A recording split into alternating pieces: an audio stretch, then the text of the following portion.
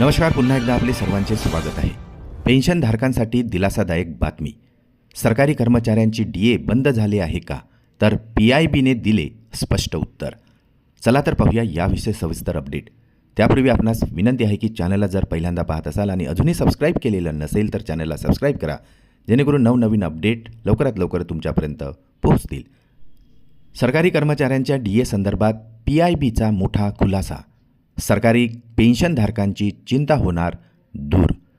Instant messaging प्लॅटफॉर्मवर असलेल्या व्हॉट्सअपवर फिरणाऱ्या एका खोट्या बातमीमुळे निवृत्त सरकारी कर्मचाऱ्यांमध्ये एक मोठी खळबळ उडालेली आहे.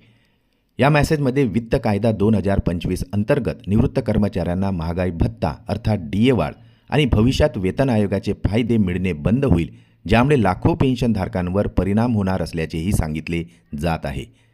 तथापि केंद्र सरकारची प्रेस एजन्सी असलेल्या प्रेस इन्फॉर्मेशन ब्युरोने हा दावा पूर्णपणे फेटाळून लावलेला असून हा दावा खोटा असल्याचे सांगितले आहे.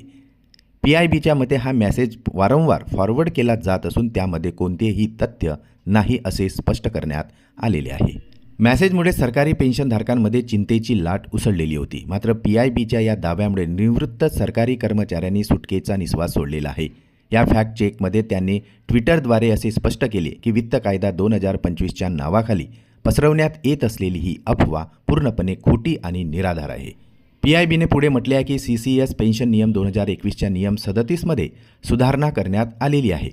सुधारित नियमात असेही म्हटले आहे की जर सार्वजनिक क्षेत्रातील कंपनीमध्ये नियुक्त केलेल्या कर्मचाऱ्याला गैरवर्तनामुळे काढून टाकले गेले असेल तर त्याचे पेन्शन किंवा निवृत्ती लाभ रद्द केले जाऊ शकतात.